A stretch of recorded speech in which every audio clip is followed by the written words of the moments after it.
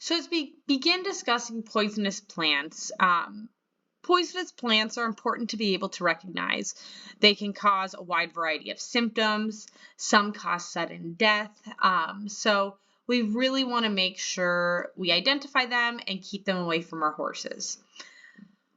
The main times that we really want to consider a poisonous plant and that it could be an issue is if forage supply in the pasture is sparse. So maybe a pasture is overgrazed or there's not a lot there.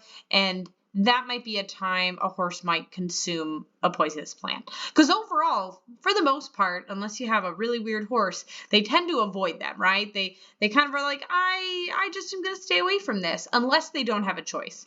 So if the pasture is sparse, if it's found in hay where they might not be able to be selective of like getting away from that poisonous plant, or when a new forage source is fed, so maybe you're switching hays or the horses got turned out on a new pasture, those would be times where maybe you're seeing symptoms and or clinical signs and you're like, I wonder what's causing this.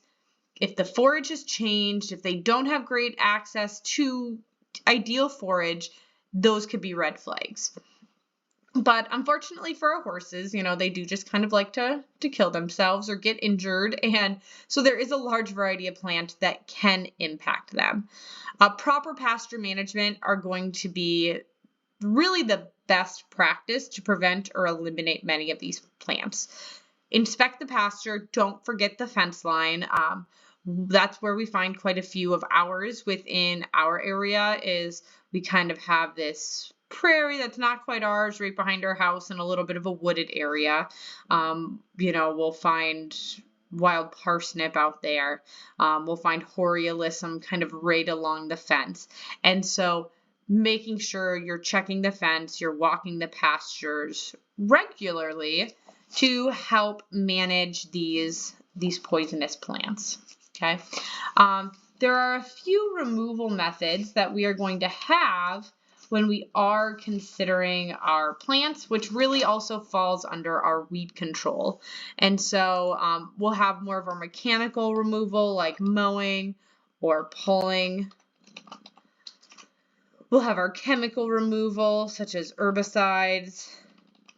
And then our more cultural removal, that's going to be good grazing management, or just keeping our pasture looking great.